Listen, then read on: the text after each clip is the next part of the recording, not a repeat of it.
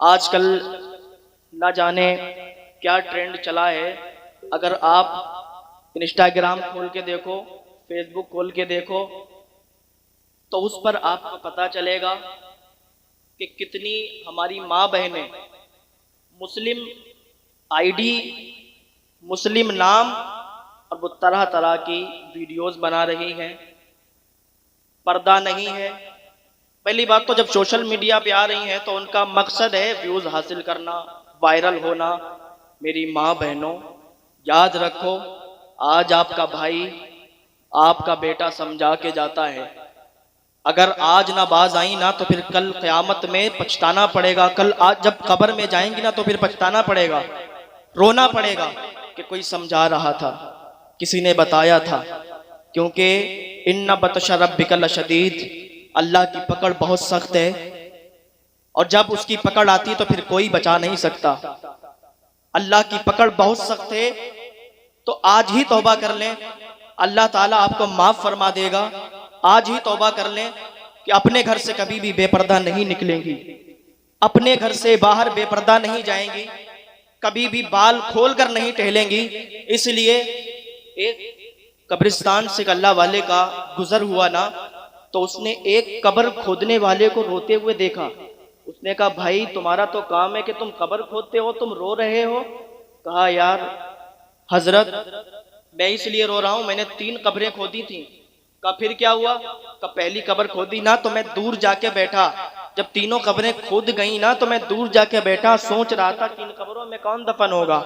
پہلے ہی مجھ سے لوگوں نے کہہ دیا میں نے 3 قبریں کھودی۔ پھر جب دیکھا نا تو فرشتوں کی جماعت اتری، ایک فرشتہ تھا، اس کے ہاتھ میں رجسٹر تھا، وہ کہہ رہا تھا پہلی قبر والے کے لیے کہ اس کی قبر اتنی لمبی کر دو، اتنی چوڑی کر دو کہ جہاں تک اس کی نظر جائے یہ کمفرٹیبل محسوس ہو، مطلب اس کو دور تک کا دکھائی دے، اسے آرام رہے اس میں۔ کہا دوسری قبر پہ جب پہنچا تو کہا اس قبر کو اس والی سے اور زیادہ وسیع کر دو، اور زیادہ لمبا کر دو، تاکہ اس میں مردہ آئے تو اسے بہت آرام محسوس ہو۔ لیکن جب تیسری قبر پر وہ پہنچا تو کہنے لگا اس قبر کو اتنا پتلا کر دو، اتنا چھوٹا کر دو کہ جیسے ہی مردہ اس کے اندر جائے تو ادھر کی پسلی ادھر آ جائے اور ادھر کی پسلی ادھر آ جائے۔ جب یہ بات سنی تو میں رونے لگا۔ میں نے کہا یار ایسا کون بندہ ہے کہ جو اتنا گناہگار ہے کہ آخری والا جو بندہ ہے اس کی فوراً یہ حکم ہوا کہ جیسے ہی اندر جائے تو پسلی ادھر کی ادھر، اس پر عذاب ہونا شروع ہو جائے گا۔ کہنے لگا میں انتظار دیکھنے لگا کہ دیکھیں کون آئے گا۔ کہتے ہیں کہ ایک جنازہ آیا، صرف 7 لوگ تھے اس میں جنازے میں، تو انہوں نے دفن کیا مردے کو۔ جب جانے لگے تو میں نے ایک کا دامن پکڑا، میں نے کہا بھائی مجھے یہ بتاؤ اس کا عمل کیا تھا؟ کہنے لگے یہ ایک ہمارے محلے کے ایسے ہی مجذوب انسان تھے، یہ جہاں مل جاتا تو کھا لیتے تھے، عبادت میں مشغول رہا کرتے تھے۔ کہا مبارک ہو تم نے، کہا اللہ کے ولی کو اس میں دفن کیا ہے۔ پھر کہنے لگا میں انتظار دیکھنے لگا کہ پھر دیکھیں کون آنے والا ہے۔ کہا پھر جو آیا نا صرف 4 لوگ لے کر آ رہے تھے اسے، 4 لوگ انہوں نے دفن کیا۔ دفن کرنے کے بعد پھر وہ چلنے لگے، میں نے ایک کا ہاتھ پکڑ لیا، میں نے کہا بھائی مجھے یہ بتاؤ کہ تم نے کس کو دفن کیا اس میں؟ وہ کہنے لگا یہ ہمارے گاؤں کے بزرگ تھے، یہ سب کے گھروں پر جا کے دین کی دعوت دیتے تھے، تبلیغ کرتے تھے، اذان کے ٹائم اذان پڑھتے تھے، نماز کے ٹائم نماز ادا کرتے تھے، لوگوں کو بھی یہ تبلیغ کیا کرتے تھے، لوگوں کو بھی سمجھایا کرتے تھے بھائی اللہ سے ڈرو، اللہ کا عذاب بہت سخت ہے، لوگوں کو سمجھایا کرتے تھے۔ جب ان کا انتقال ہو گیا تو کوئی نہیں آیا ان کے کفن دفن کے لیے، ہم 4 لوگوں نے ان کے کفن دفن کا انتظام کیا اور آج انہیں دفن کر دیا۔ انہوں نے کہا مبارک ہو تم نے کہا اللہ کے ولی کو دفن کیا ہے۔ اب وہ کہتا ہے میں دیکھ رہا تھا کہ اب کون آ رہا ہے اور اس کے گناہ کیا ہے۔ وہ کہتے ہیں میں دیکھ رہا تھا تو میں نے دور سے دیکھا بڑے ہجوم کے ساتھ ایک جنازہ آ رہا ہے، نعرے بازی ہو رہی ہے، نعرے لگ رہے ہیں، ساتھ میں بہت سے لوگ ہیں، جہاں تک نظر جاتی ہے تو لوگ ہی لوگ دکھائی دیتے گئے۔ کہتے ہیں وہ جب جنازہ آیا نا، دفن ہوا، دفن ہونے کے بعد لوگ جانے لگے، میں نے ایک کا دامن پکڑ لیا، میں نے کہا بھائی مجھے یہ بتاؤ یہ تمہارا کون ہے؟ اس نے کہا میرا کوئی نہیں ہے۔ کہا تم اسے جانتے ہو یہ کون ہے؟ کہا یہ ایک خاتون ہے، اور پتہ ہے یہ خاتون ہے؟ تو اس نے کہا اس کا عمل کیا تھا مجھے یہ تو بتاؤ۔ کہا تم کیوں پوچھتے ہو؟ اس نے پوری بات بتائی۔ کہا اچھا، کہ اس کا عمل یہ تھا نا کہ یہ اپنے گھر سے دوپٹہ کو رکھ دیا کرتی تھی، بال کھول کے باہر گھوما کرتی تھی، بال کھول کر اس لیے کہ لوگ دیکھیں ہم نے بیوٹی پارلر پر طرح طرح کی ڈیزائنیں بنوائی ہیں، ہم ڈیزائن بنوا کر نکل رہے ہیں. تو یہ اپنے بالوں کو کھول کر مانگوں کو نکال کر اور لوگوں کو دکھاتی تھی. اس کا انداز تھا، اس کا رویہ تو وہ بھی غلط تھا. دوسروں سے بات چیت کرنا، موبائل پر رات دن بات کرنا، موبائل چلانا، دوسروں سے عجیب طریقے کی باتیں کرنا، بے پردگی سے یہ رہا کرتی تھی. تو اسی لیے ہم لوگ جب انتقال یہ کر گئی نا، یہ بہت مالدار تھی، بہت مالدار. یاد رکھیں مالداری ہمارے کام نہیں آئے گی، ہاں آئے گی، لیکن جو نیک کاموں میں آپ نے پیسہ خرچ کیا ہوگا نا وہی کام آئے گی. آج جو جلسے میں آپ نے خرچ کیا ہے نا یہ کام آئے گا آپ کے، یہ کام آئے گا. اور جو پیسہ آپ نے بچا کے رکھا دین کے کاموں میں نہیں خرچ کیا، دین کے کام کے لیے کسی نے آپ سے مانگا، آپ نے پیسہ نہیں دیا، تو وہی پیسہ کل آپ کو سانپ کی شکل میں آپ کے گلے میں ڈالا جائے گا. تو ایسے پیسے کا کیا لینا دینا، ایسے پیسے کا ہم کیا کریں گے جو ہمارے لیے عذاب بن جائے گا. تو جو پیسہ ہم دین کے کام میں خرچ کریں گے وہی ہمارے کام آئے گا. ورنہ بڑے بڑے لوگ آئے، بڑے مالدار آئے، سب کے سب چلے گئے، ان کا کوئی نام و نشان باقی نہیں ہے، کوئی نام لینے والا باقی نہیں ہے. ملے خاک میں گئے نشاں کیسے کیسے، زمیں کھا گئی نوجوان کیسے کیسے، یہی تجھ کو دھن گئے رہوں سب سے آلہ. وہ زینت نرالی وہ فیشن نرالا، جیا کرتا ہے کیا یوں ہی مرنے والا. زمانے کے فیشن نے دھوکے میں ڈالا، جہاں جی لگانے کی دنیا نہیں ہے، یہ عبرت کی جگہ تماشا نہیں ہے. آج آپ دیکھیں، آج طرح طرح کی مانگ نکالتے ہیں نوجوان، طرح طرح کی فینس جو آج کل کے فیشن چلتے ہیں وہ نکالتے ہیں تاکہ دنیا دیکھے اور کہے دیکھو کتنا اچھا لگ رہا ہے. اچھا تب لگے گا نا جب چہرے پر حضور کی سنت کو زندہ کرے گا. اچھا تب لگے گا جب حضور کی باتوں کو بھی فالو کرے گا. حضور نے کیا فرمایا، تم تب تک مومن نہیں ہو سکتے جب تک سب سے زیادہ مجھ سے محبت نہ کرو. تو حضور سے اگر سب سے زیادہ محبت کرنی ہے تو حضور کی ایک ایک بات کو آپ کو فالو کرنا ہوگا، ایک ایک بات پہ عمل کرنا ہوگا. اگر حضور کی بتائی ہوئی باتوں پر آپ نے عمل کر لیا، آپ کی دنیا بھی سنور جائے گی، آپ کی آخرت بھی سنور جائے گی. آپ مجھے بتائیں کتنے لوگ حضور سے محبت کرتے ہیں؟ ذرا ہاتھ اٹھا کے بتائیں. محبت سے بول دیں سبحان اللہ. حضور کے لیے جان قربان کر سکتے ہیں؟ سارے لوگ کہیں گے ہاں حضور کے لیے بھائی ہم جان قربان کر سکتے ہیں. اب مجھے ایک بات بتائیں، حضور نے خود فرمایا کہ تم تب تک مومن نہیں ہو سکتے جب تک سب سے زیادہ مال، اولاد، ماں باپ سب سے زیادہ مجھ سے محبت نہ کرو، تب تک تم مومن نہیں ہو سکتے. اور آج ہم بڑے دھڑلے سے دعویٰ کر دیتے ہیں کہ ہم حضور سے محبت کرتے ہیں، ہم حضور سے محبت کرتے ہیں، حضور پر بات آئی تو ہم اپنی جان قربان کر دیں گے. آئی لو محمد صلی اللہ علیہ وسلم کو اپنی پیٹھ پر، اپنے بنیان پر لکھوائے گھومتے ہیں، یہ کیسی محبت ہو گئی. اپنی گاڑیوں کے پیچھے لکھوائے گھومتے ہیں، یہ کیسی محبت ہو گئی. بھائی ہم حضور سے محبت کرتے ہیں، ہم اپنی پیٹھ پر لکھوا کے کیا حضور کی بے ادبی نہیں کرتے؟ ہمارا دعویٰ ہے حضور سے محبت کرتے ہیں، اپنی انہی داڑھیوں کو نالی میں کاٹ کر پھینکتے، کیا ہم نہیں بھول گئے ہم؟ یہ کیسی محبت ہو گئی؟ آپ کسی سے محبت کرو اور پھر اس کی بات بھی نہ مانو. حضور نے کیا فرمایا، منافقت کی پہچان بتا دی اور فرمایا تم تب تک مومن نہیں ہو سکتے جب تک تم سب سے زیادہ مجھ سے محبت نہ کرو. اور جو سب سے زیادہ پھر حضور سے محبت کرتا ہے پھر حضور کی بات کو ماننا پڑے گا. میں نہیں کہتا کہ آپ یہاں آ کے مجھے بتاؤ کہ میں داڑھی رکھ رہا ہوں، میں نہیں کہتا آپ یہاں کے آ کے بتاؤ مجھے میں گناہ چھوڑ رہا ہوں. آج اسی جلسے سے اٹھیں نا تو توبہ کر کے اٹھیں کہ آج کے بعد انشاءاللہ چہرے پر سنت رسول بھی ہوگی. اور جو سنت رسول کو زندہ کرے گا نا، حضور فرماتے ہیں کہ کل میدان محشر میں عرش کے سائے کے نیچے وہ کھڑا ہوگا اور اس سائے کے علاوہ کوئی سایہ نہیں ہوگا جو حضور کی سنتوں کو زندہ کرے گا. ہم نہیں کہتے کہ آپ کون کون ہیں، آپ خود یہ دل میں تہیہ کر لیں اور یہاں سے اٹھیں. تو یہاں سے اٹھنے کا بھی آپ جلسے میں آئیں تو کچھ نہ کچھ پیغام لے کے جائیں کہ جلسے میں کیوں آئے گئے. جلسے میں آئے اٹھیں تو توبہ کر کے اٹھیں، کیونکہ اللہ تعالیٰ فرماتا ہے میرے بندے آ تو صحیح، تیری توبہ کو قبول فرمانے والا میں ہوں، تیری غلطیاں معاف فرمانے والا میں ہوں. ایک بار آ تو صحیح، ایک آنسو گرا تو صحیح. ایک آنسو اگر آپ کا گر گیا نا اللہ تعالیٰ تمہیں یوں معاف فرما دے گا جیسے تم نے کبھی گناہ ہی نہیں کیے ہیں. اللہ تو یوں معاف فرمانے والا ہے. دوسری بات حضور نے کیا فرمائی کہ دوسرے انسان سے بھی محبت کرو نا تو اللہ اور رسول کے لیے ہی محبت کرو. تو آپ دیکھیں آج کتنے لوگ اللہ اور رسول کے لیے محبت کرتے ہیں.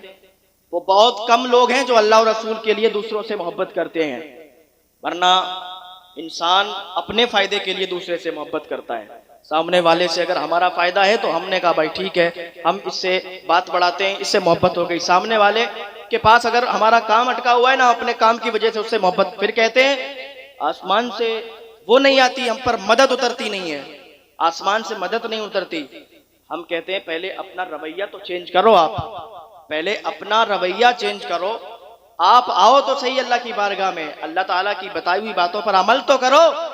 پھر کہتے ہو کہ پہلے کے لوگوں پر تو فوراً مدد آتی تھی، تو ہم پہلے جیسے بنے تو صحیح، صلاح الدین ایوبی جیسے بن کے تو دکھائیں، ہم خالد بن ولید جیسے بن کے تو دکھائیں، اپنے گھروں کا ماحول ٹھیک کریں، اپنی ماں بہنوں کو سمجھائیں۔ اگر ماں بہنیں نا اگر ہماری ماں بہنیں کنیز فاطمہ بن کے زندگی گزاریں گی، پھر ان کی کوکھ سے جو بچے پیدا ہوں گے، کوئی خالد بن ولید جیسا پیدا ہوگا، کوئی صلاح الدین ایوبی جیسا پیدا ہوگا۔ ہاں بھائی، ایسے مدد نہیں اترتی۔ آپ نے ہاتھ اٹھا دیے، یا اللہ ہماری مدد فرما، آپ پہلے ویسے بنو، اپنے دل کو پاک کرو، دل کو صاف کرو۔ اللہ کے جو ولی ہوتے ہیں نا، وہ باطن کو صاف کرتے ہیں۔ ہم لوگ کیا کرتے ہیں، علماء ہیں، خطبہ ہیں، تنظیمیں ہیں، یہ ظاہر کو صاف کرتے ہیں، ظاہر کو پاک کرتے ہیں، لیکن جب اللہ والے کسی پر نظر ڈالتے ہیں نا، تو پھر باطن پاک کر دیتے ہیں، صاف کر دیتے ہیں۔ جب انسان کا باطن صاف ہو جاتا ہے نا، تو پھر ظاہر خود بخود صاف ہو جاتا ہے۔ ایک کنویں کے اندر اگر کتا مر جائے تو آپ پانی کتنا بھی نکالتے رہو، کیا وہ پاک ہو جائے گا؟ کیا وہ صاف ہو جائے گا؟ کنویں کے اندر کتا مر کے سڑ گیا، پانی نکالتے رہو، پھر بھرو، پھر نکالو، تو کتا تو اس کے اندر ہی ہے، وہ نہیں نکلا تو پھر کیسے صاف ہوگا، وہ کیسے پاک ہوگا؟ لیکن جب کتا نکال دیا نا، اور پھر صاف کر کے اس میں پانی ڈالا، تو پانی بالکل پاک و صاف ہو گیا۔ تو پتہ چلا کہ جب باطن بدل جائے تو ظاہر خود بخود بدل جائے گا۔ آج ہم حضور غوث پاک رضی اللہ تعالیٰ عنہ سے منسوب اس محفل میں بیٹھے ہیں۔ حضور غوث پاک رضی اللہ تعالیٰ عنہ کا فیضان اگر ہو گیا تو ہمارا بیڑا پار ہو جائے گا، ہماری دنیا بھی سنور جائے گی، ہماری آخرت بھی سنور جائے گی۔ اور اعلیٰ حضرت رضی اللہ تعالیٰ عنہ تو شان غوث اعظم کچھ اس طرح بیان فرماتے ہیں، کہتے ہیں واہ کیا مرتبہ غوث ہے بالا تیرا، اونچے اونچوں کے سروں سے ہے قدم اعلیٰ تیرا، اور سر بھلا کیا کوئی جانے کہ ہے کیسا تیرا، اولیاء ملتے ہیں آنکھیں وہ ہے تلوہ تیرا، اور کہتے تجھ سے در سے سگ سے ہے مجھ کو نسبت۔ ڈائریکٹ نہیں کہتے کہ آپ سے مجھ کو نسبت ہے، کہتے آپ سے نسبت ہے در کو، در سے نسبت ہے سگ کو، اور سگ کہتے کتے کو، در سے نسبت ہے کتے کو، اور میری گردن میں بھی ہے دور کا ڈورا تیرا، اور کہتے ہیں اس نشانی کے جو سگ ہیں نہیں مارے جاتے۔ آپ نے دیکھا ہوگا ابھی آپ کی گلیوں میں بھی ایک کتے وہ ہوتے ہیں جن کے گلے میں کوئی پٹا نہیں ہوتا ہے، آوارہ ہوتے ہیں، اور ایک وہ کتا ہوتا ہے جس کے گلے میں پٹا ہوتا ہے۔ تو جو بغیر پٹے والا کتا ہوتا ہے اسے کوئی بھی مار کے چلا جاتا ہے، کوئی بھی اسے ڈانٹ کے اسے تکلیف پہنچا کے چلا جاتا ہے، وہ کچھ نہیں، نہ اس کو کوئی پرسان حال ہی نہیں ہے نا، وہ تو گھومتا رہتا ہے گلیوں میں۔ لیکن ایک پٹے والا ہوتا ہے، بندہ اسے نہیں مارتا، کیوں؟ اگر اسے مارے گا تو اس کو جس نے پالا ہے، اس کا جو مالک ہے، وہ اس کی گردن پکڑے گا، تو میرے کتے کو کیوں مارا بھائی؟ تو ایک پٹے والا جو کتا ہوتا ہے نا، اسے کوئی ہاتھ نہیں لگاتا ہے۔ تو اگر ہم بھی اپنے گلے میں قادریت کا پٹا ڈال لیں گے، ہم بھی اپنے گلے میں نقشبندیت کا پٹا ڈال لیں گے، ہم بھی اپنے گلے میں رضویت کا پٹا ڈال لیں گے، ہم بھی اپنے گلے میں نقشبندیت کا پٹا ڈال لیں گے، مداریت کا پٹا ڈال لیں گے، یہ سارے پٹے پڑے ہوں گے، جب ہم قبر میں جائیں گے تو فرشتے دیکھیں گے، کہیں گے یہ پٹے والا ہے، اسے کچھ نہ کہنا، اسے جنت میں جانے دو، اسے جنت میں جانے دو۔ اس نشانی کے جو سگ ہیں نہیں مارے جاتے، میری گردن میں بھی ہے، حشر تک میرے گلے میں رہ گئے پٹا تیرا۔ حضور غوث پاک رضی اللہ تعالیٰ عنہ کی صرف کرامتوں تک محدود نہ رہو، حضور غوث پاک رضی اللہ تعالیٰ عنہ کی کرامتوں سے سبق بھی حاصل کرو، درس بھی حاصل کرو، کہ حضور غوث پاک رضی اللہ تعالیٰ عنہ نے صرف کرامتیں نہیں سنائی ہیں، صرف کرامتیں نہیں دکھائی ہیں، حضور غوث پاک رضی اللہ تعالیٰ عنہ نے پھاکے بھی کیے گئے، پتے بھی کھائے ہیں، پتے کھا کے بھی آپ نے گزارا کیا ہے۔ آپ نے بغداد کی گلیوں میں جو لوگ کچرا ڈال دیتے تھے نا، اس کچرے کے ڈھیر سے کھانا اٹھا اٹھا کے کھایا ہے حضور غوث پاک نے، اور درس یہی دیا کہ زندگی میں کتنے بھی دکھ آ جائیں، کتنی بھی تکلیف آ جائے، روکھی سوکھی کھا لینا، مگر مصطفیٰ کے دین پر، مصطفیٰ کی عظمت پر آنچ مت آنے دینا۔ مصطفیٰ کے دین کے لیے اپنی زندگی وقف کر دینا. حضور غوث پاک رضی اللہ تعالیٰ عنہ نے حضور کے دین کے لیے اپنی زندگی وقف کر دی. یہ حضور غوث پاک کی شان ہے. آج تو ہمارے اندر نہ جانے کتنی انانیت آ گئی ہے، کتنا غرور آ گیا ہے، کتنا گھمنڈ آ گیا ہے. ہم دوسروں کی بات نہیں کرتے، ہمارے لوگوں میں ایک دوسرے سے جلن، حسد، نہ جانے کیا کیا پیدا ہو جاتا ہے. ہم کیا کسی کو سمجھاتے ہیں؟ ہمارے ہی اندر ایسا ہے، اور یہ ہر دور سے چلا آیا ہے. حضور غوث پاک رضی اللہ تعالیٰ عنہ نے جب فتویٰ دینا شروع کیا نا، تو جو بھی علماء بغداد تھے، بغداد کے علماء تھے نا، وہ ایک جگہ ان کی میٹنگ ہوئی. کہا بغداد میں عبد القادر جیلانی کو کس نے اجازت دی جو فتویٰ دے دیں؟ حضور غوث پاک تک بات پہنچی. کہا آپ کے لیے منصوبے بنائے جا رہے ہیں، لوگ میٹنگیں کر رہے ہیں کہ بھائی عبد القادر جیلانی کا کیا حق ہے وہ فتویٰ دیں؟ کس سے پڑھائی کی انہوں نے؟ لوگ اس پر بڑا انگلی اٹھاتے ہیں کہ وہاں سے انہوں نے کہاں سے پڑھائی کی ہے، انہوں نے کہاں پڑھا ہے. تو حضور غوث پاک رضی اللہ تعالیٰ عنہ کو جب لوگوں نے بتایا نا کہ وہ لوگ کہتے ہیں کہ آپ کا ایگزام ہوگا، آپ کا امتحان ہوگا. حضور غوث پاک نے فرمایا کوئی بات نہیں ہے، ٹھیک ہے، میں ایگزام دینے کے لیے، میں امتحان دینے کے لیے آ جاؤں گا، جہاں مجھے بلائیں میں آ جاؤں گا. حضور غوث پاک رضی اللہ تعالیٰ عنہ نے جب اتنا کہا نا تو ان کے پاس بات پہنچی. انہوں نے کہا بات تو صحیح ہے، ہم تو پہلے امتحان لیں گے، پہلے ایگزام لیں گے کہ تمہارے استاذ کون ہے، تمہیں پڑھایا کس نے ہے، اور تم فتوے دے رہے ہو. حضور غوث پاک رضی اللہ تعالیٰ عنہ کی وہ شان ہے، حضور غوث پاک وہ ہے کہ وہاں ولایت بانٹی بھی جاتی ہے، ولایت چھینی بھی جاتی ہے. وہاں ولایت بٹتی بھی ہے اور ولایت چھین بھی لی جاتی ہے. حضور غوث پاک رضی اللہ تعالیٰ عنہ چلے گئے. بڑی محفل لگی ہوئی تھی، مجمع لگا ہوا تھا. وہاں پر علماء بغداد جو تھے نا بڑا متکبرانہ انداز میں بیٹھے ہوئے تھے، بڑے اچھے لباس پہن کر بیٹھے ہوئے تھے کہ آج عبد القادر جیلانی آئیں گے نا، ان کو اتنا ہم بولیں گے، اتنا پوچھیں گے کہ وہ کچھ بھی نہیں بتا پائیں گے اور خود شرمسار ہو جائیں گے، خود ذلیل ہو جائیں گے. اور بھائی دوسرے ہمیں ذلیل کریں، ہم نہیں ذلیل ہو سکتے. کوئی لاکھ کوششیں کر لے، کوئی لاکھ برا چاہے تو کیا ہوتا ہے؟ وہی ہوتا ہے جو منظور خدا ہوتا ہے. ہمارے لیے کوئی لاکھ منصوبے گڑھ لے کہ ہمیں کوئی بدنام کر دے گا، ہمیں کوئی ہم سے حسد کرے گا، اگر حسد کرے گا خود حسد کی آگ میں جل جائے گا. حسد کرنے والا، جلن کرنے والا، اس کے گناہ یوں ہی ختم ہو جاتے ہیں جیسے آگ لکڑی کو کاتی ہے. تو ہم سے کوئی حسد و جلن کرے تو ہم پہ اثر نہیں پڑتا. تو حضور غوث پاک رضی اللہ تعالیٰ عنہ پہنچے. فانوس بن کر جس کی حفاظت خدا کرے، وہ شمع کیا بجھے جسے روشن خدا کرے. حضور غوث پاک رضی اللہ تعالیٰ عنہ پوچھے. سادہ سا جبہ سفید کلر کا پہنے ہوئے تھے، اندر داخل ہوئے، نگاہیں نیچی تھی. حضور غوث پاک نیچی نگاہیں کر کے بیٹھ گئے. اور جب بیٹھے تو متکبرانہ انداز میں بغداد کے علماء بیٹھے تھے. کہا آج ان سے ایک ایک بات پوچھ لیں گے کہ انہوں نے پڑھائی. اور حضور غوث پاک رضی اللہ تعالیٰ عنہ کے تمام اساتذہ جتنے تھے سب، کوئی قطب تھے، کوئی ابدال تھے، ولی تھے. تو یہ لوگ کہتے تھے کہ پتہ تو ہے نہیں انہیں بغداد کے کس عالم سے پڑھائی حاصل کی ہے، علم صرف حاصل کر لیا، علم کلام ہے، علم نحو ہے، تمام علوم و فنون جب حاصل کر لیے نا، ان لوگوں کے سامنے حضور غوث پاک بیٹھے، نگاہیں نیچی ہیں، اور وہ بولنا ہی چاہ رہے تھے. تب تک ایک بولا عبد القادر جیلانی، آپ نے کہاں سے پڑھائی حاصل کی ہے؟ آپ نے کہاں سے تعلیم حاصل کی؟ آپ کو کس نے حق دے دیا کہ آپ فتوے دیں؟ آپ بتائیں تو صحیح. ہم لوگوں کی اجازت نہیں لیا آپ نے اور آپ فتوے دینا شروع کر دے رہے ہیں. حضور عبد القادر جیلانی، حضور غوث پاک رضی اللہ تعالیٰ عنہ سر جھکا کے بیٹھے تھے. ساروں نے اپنی اپنی بات کہہ لی. حضور غوث پاک نے ایک دم جب نگاہ ان پر ڈالی نا تو سارے کے سارے گونگے ہو گئے. حضور غوث پاک نے ان کے تمام جو انہوں نے علوم حاصل کیے تھے، جو ان کے اندر علم تھا، سب کا سب کھینچ لیا. اور حضور عبد القادر جیلانی بیٹھ گئے سامنے اور کہا پوچھو کیا پوچھتے ہو. وہ سب کھڑے ہو گئے. کہا حضور غوث پاک آ کر قدموں میں گر گئے. کہا ہمیں نہیں پتا تھا کہ آپ اتنے اعلیٰ ولی ہیں. ہم نے تو یوں ہی آپ کو امتحان لینے کے لیے، آپ کا ایگزام لینے کے لیے آپ کو بٹھالا تھا. ہم لوگوں کی باتوں میں آ گئے تھے. ہمیں معاف فرمائیں، آپ تو بڑے اعلیٰ ولی ہیں، آپ نے ہم لوگوں کے علوم کو چھین لیا ہے، کھینچ لیا ہے. ہم لوگ تو گونگے ہو گئے، اب کیا بولیں. تو حضور غوث پاک رضی اللہ تعالیٰ عنہ نے ان کے علوم جو چھینے تھے وہ انہیں واپس کی، انہیں معاف کیا. تو بتانے کا مقصد یہ کہ اپنے اندر غرور، گھمنڈ، تکبر یہ لے کے چلیں گے تو کبھی دین کا کام نہیں کر پائیں گے. اگر کسی کو سمجھانا ہے، کسی کو کچھ بات کرنی ہے نا تو ادب کے ساتھ بتانا ہوگی، ادب کے ساتھ سمجھانا ہوگا. حضور غوث پاک رضی اللہ تعالیٰ عنہ کا آپ جو انہوں نے درس دیا ہے اسے اپنانا ہوگا. حضور غوث پاک کی باتوں کو آپ کو فالو کرنا ہوگا. حضور غوث پاک رضی اللہ تعالیٰ عنہ کی اگر باتوں کو، اپنی ایک بھی بات کو فالو کر لیا نا تو آپ کی دنیا بھی سنور جائے گی، آپ کی آخرت بھی سنور جائے گی. یہ حضور غوث پاک رضی اللہ تعالیٰ عنہ ہے. یہ حضور غوث پاک کے نام سے منسوب و جشن دستار بندی کا پروگرام ہے. اللہ تعالیٰ اس پروگرام کو سلامت رکھے.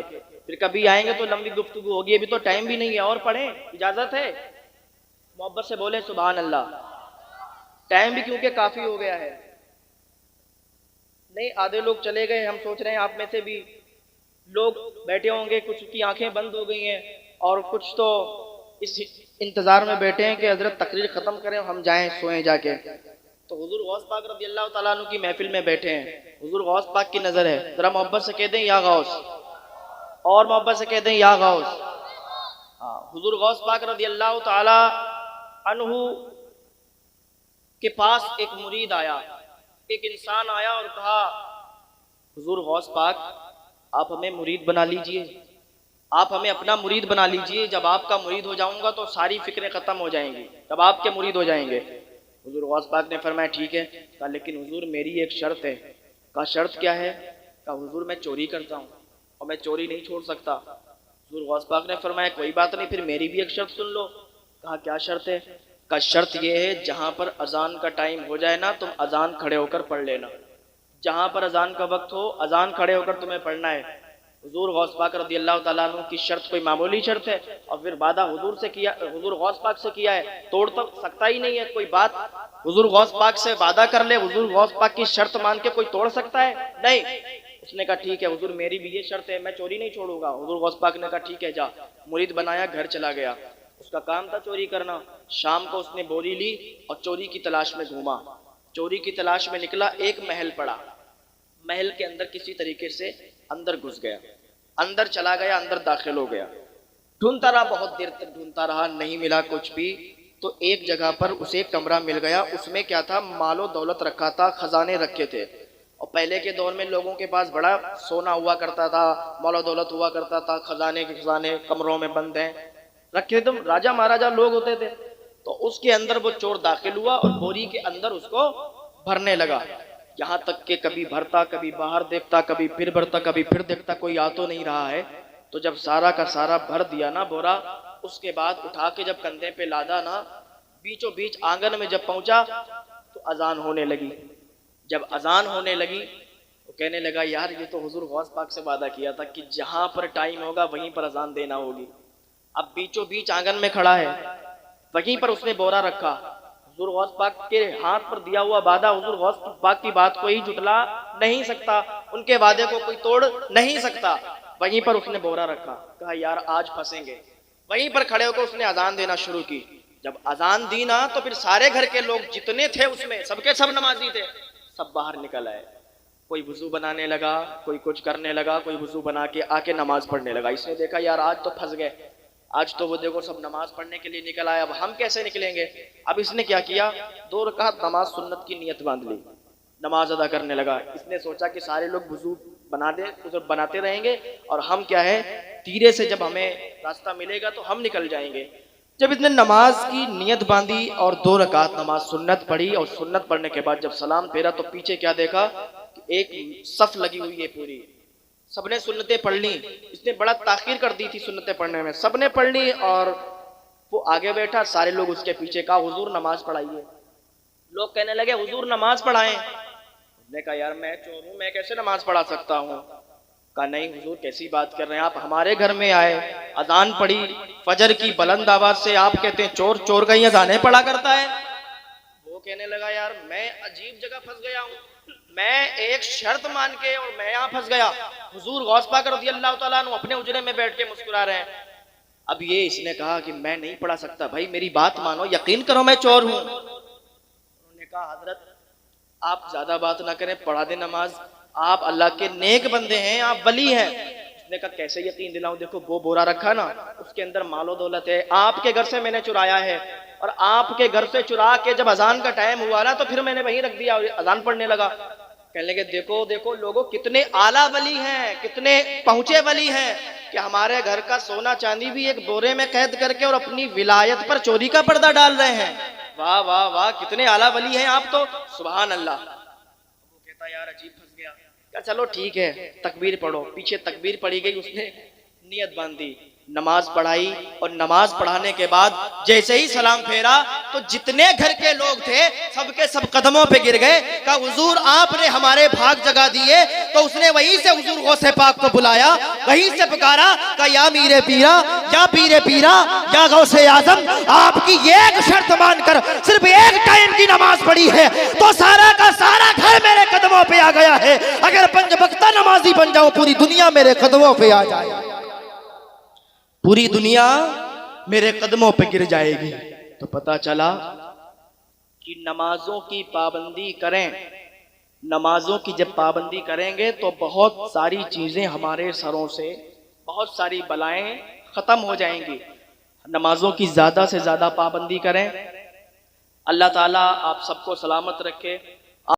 والصلاة والسلام علی رسولہ الکریم، اما بعد فاعوذ باللہ من الشیطان الرجیم، بسم اللہ الرحمن الرحیم۔ قال اللہ تعالی فی القرآن المجید والفرقان الحمید، یا ایہا الذین آمنوا اتقوا اللہ وکونوا مع الصادقین، صدق اللہ العظیم وصدق رسولہ النبی الامین المتین المعین الکریم، ونحن علی ذلک لمن الشاہدین والشاکرین والحمد للہ رب العالمین۔ آئیے حضرات، سب سے پہلے آقا نعمت صلی اللہ تعالی علیہ وسلم کی بارگاہ میں درود و سلام کا نذرانہ عقیدت پیش کریں۔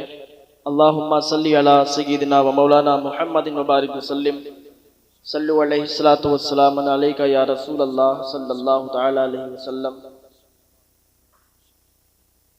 اعلیٰ حضرت فرماتے ہیں، اے رضا ہر کام کا ایک وقت ہے، دل کو بھی آرام ہو ہی جائے گا۔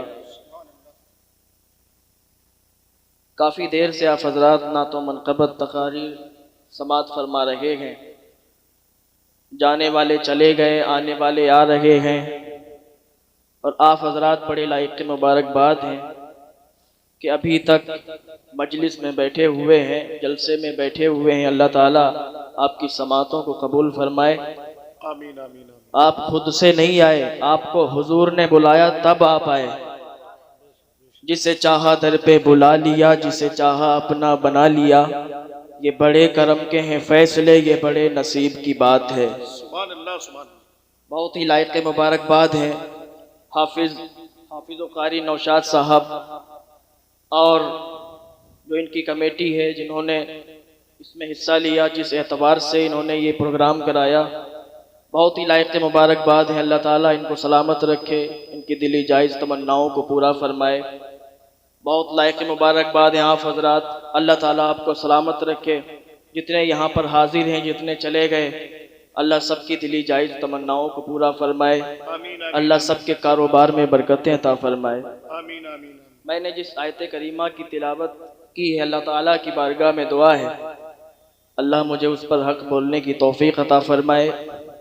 اللہ تعالیٰ قرآن کریم میں ارشاد فرماتا ہے، اے ایمان والو اللہ سے ڈرو اور سچوں کے ساتھ ہو جاؤ۔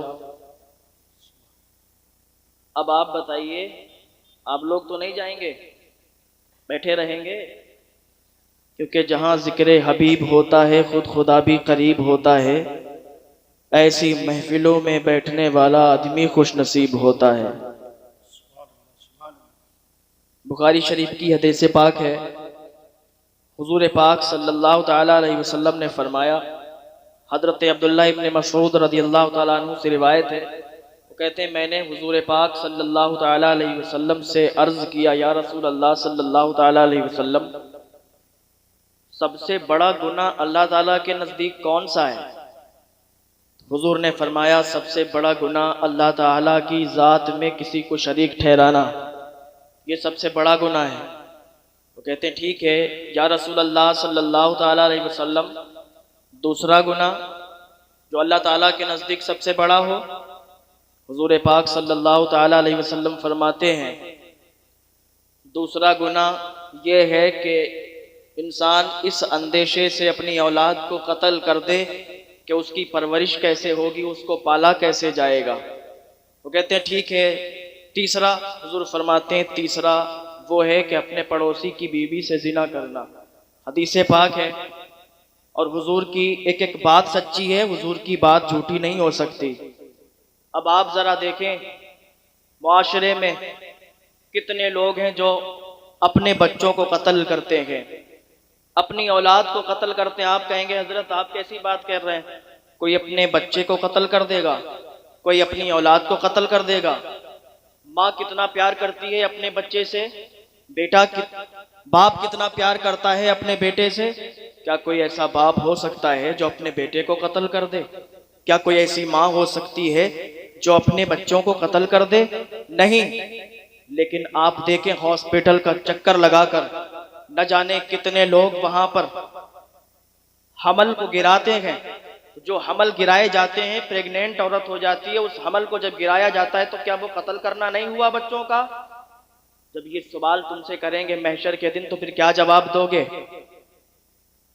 آدمی کہتا ہے میرے پاس بھائی ایک بچہ ہے میرا، وہی اس میں ہم خوش ہیں، ہمیں دوسرا نہیں چاہیے۔ جس کے دو ہیں وہ کہتا ہے ہمیں تیسرا نہیں چاہیے۔ آپ ان سے جا کر پوچھیں جن کی اولاد نہیں ہے، 10 20 سال سے کوئی اولاد نہیں ہے، وہ اولاد کے لیے ترستے ہیں، دعائیں مانگتے ہیں، منتیں مانگتے ہیں، درگاہوں پر جاتے ہیں کہ کاش کے ہمارے ہاں بھی پھول جیسی کوئی شہزادہ یا شہزادی ہو جائے۔ لیکن انسان، حضور فرماتے ہیں نا، حضور کی بات جھوٹی نہیں ہو سکتی۔ حضور فرماتے ہیں اس اندیشے سے جو اپنی اولاد کو قتل کر دے وہ اللہ کے نزدیک سب سے بڑا گناہ کر رہا ہے۔ آپ دیکھیں کتنے لوگ حمل گرا رہے ہیں، یہ بچے ان سے سوال کریں گے میدان محشر میں اور کہیں گے آپ نے ہمیں قتل کیوں کیا؟ کیا آپ یہ سمجھتے تھے کہ رزق دینے والے آپ ہیں؟ کیا آپ یہ سمجھتے تھے کہ پالنے والے آپ ہیں؟ آپ نے ہمیں کیوں مارا؟ تو پھر کیا جواب دیں گے؟ وہ تو کہیں گے کہ آپ بھول گئے کہ رزق دینے والی ذات اللہ تعالیٰ کی ہے، جو سمندر میں رہنے والی مچھلیوں کو بھی رزق دیتا ہے۔ کیا وہ تمہیں رزق نہیں دیتا؟ کیا ہمیں رزق نہیں دیتا؟ تو حضور پاک صلی اللہ تعالیٰ علیہ وسلم نے فرمایا، اور حدیث پاک کے بخاری شریف کی حضرت ابو ہریرہ رضی اللہ تعالیٰ عنہ سے مروی ہے کہ حضور پاک صلی اللہ تعالیٰ علیہ وسلم سے حضرت ابو ہریرہ نے پوچھا یا رسول اللہ صلی اللہ تعالیٰ علیہ وسلم مجھے یہ بتائیے منافق انسان کون ہے؟ منافق انسان کی کیسے ہم پہچان کریں گے؟ تو حضور پاک صلی اللہ تعالیٰ علیہ وسلم نے فرمایا جس کے اندر 3 چیزیں ہیں وہ منافق ہے۔ جس کے اندر یہ 3 عادتیں پائی جائیں وہ منافق کے کون کون سی؟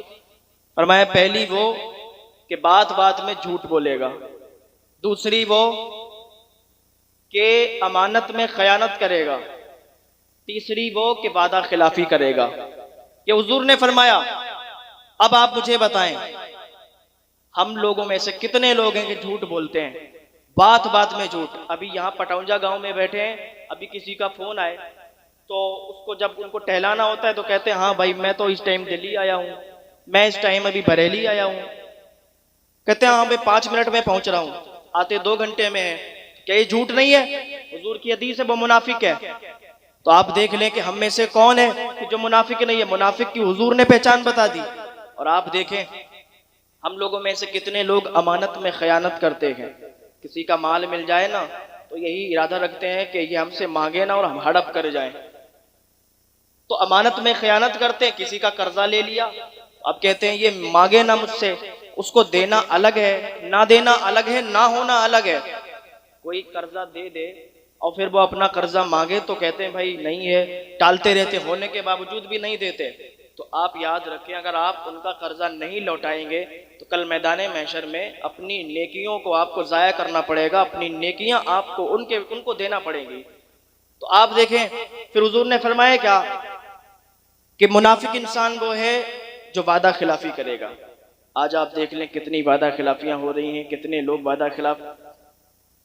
میں دوسروں کی تو بات ہی نہیں کرتا، عوام کی بات نہیں کرتا، اپنے لوگوں کی بات کرتا ہوں۔ خواص میں دیکھ لیں آپ، جلسے میں آنے کی تاریخ دے کر اور بہت سے لوگ کینسل کر دیتے ہیں۔ ابھی میں دہلی گیا تھا تو ایک صاحب کہنے لگے کہ حضرت وہ فلاں صاحب، ایک نام لیا میں نہیں لے سکتا، کہا ان صاحب کو میں نے جلسے میں بلایا تھا اور انہوں نے تاریخ دی، این ٹائم پر وہ نہیں آئے۔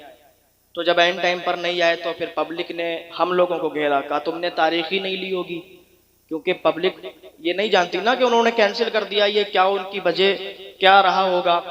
جو پروگرام کراتے ہیں نا ان پہ بات آتی ہے، یہ کتنی مصیبتوں سے کتنی مشقتیں جھیل کر کے پروگرام کراتے ہیں، لوگوں سے چندہ لیتے ہیں کہ بھائی ان کو بلا رہے ہیں، آپ چندہ دیں، وہ فلاں صاحب آ رہے ہیں، وہ تقریر کریں گے، کہ وہ نعت پڑھیں گے، تب یہ ہماری جو پبلک ہے، ہماری عوام ہے، تب پیسے دیتی ہے کہ ٹھیک ہے ان کو بلا رہے ہو تو پھر تم لے جاؤ پیسے، وہ آ رہے ہیں تو ہم پیسے دے رہے ہیں۔ اب پتہ چلا جن کو بلا رہے ہیں وہی نہیں آ رہے ہیں، وہ دھوکہ دے رہے ہیں، تو پھر ان پر بات آتی ہے، لوگ ان پر انگلیاں اٹھاتے ہیں، تو وعدہ خلافی ہوتی ہے۔ یہ حضور کی حدیث ہے، حضور کی حدیث جھوٹی نہیں ہے، وہ منافق انسان ہے، چاہے عوام سے ہو یا خواص سے ہو، اس طریقے کی جو باتیں پائی جاتی ہیں جس کے اندر، تو وہ منافق ہے، حضور نے فرمایا۔ ایک حدیث اور سنا دوں، محبت سے بولیں سبحان اللہ، کیونکہ یہ ٹائم ایسا ہوتا نا، اس میں موضوع بھی نہیں بنتا کہ کدھر کو لے جاؤں کدھر کو ختم کروں، یہ اس ٹائم کو مجھے دیا گیا ہے، حالانکہ میں سمجھ رہا تھا مجھے 11-12 بجے مل جائے گا موقع، تو میں 12 بجے بہت اچھی طریقے سے بات کروں گا آپ لوگوں سے، پھر ادھر تو ادھر چلا جاتا ہے دماغ۔ محبت سے کہہ دیں سبحان اللہ۔